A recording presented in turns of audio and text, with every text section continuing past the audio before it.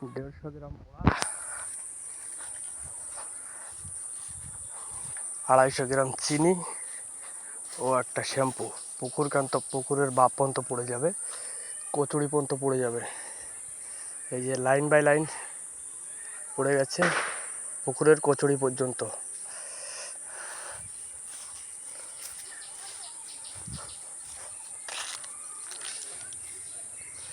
দেড়শো গ্রাম পোড়া, 250 গ্রাম চিনি, একটা যে কোনো শ্যাম্পু হলেই পড়তে বাধ্য।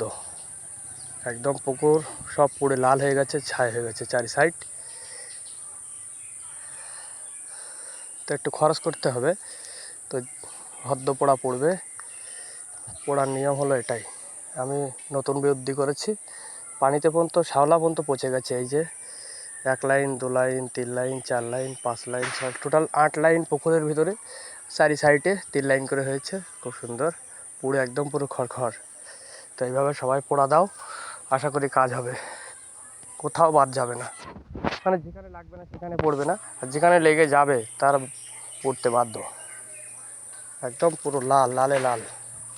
তো আবারও বলি, 150 গ্রাম পোড়া, একটি শ্যাম্পু আর 250 চিনি প্রতি ব্যারেলে।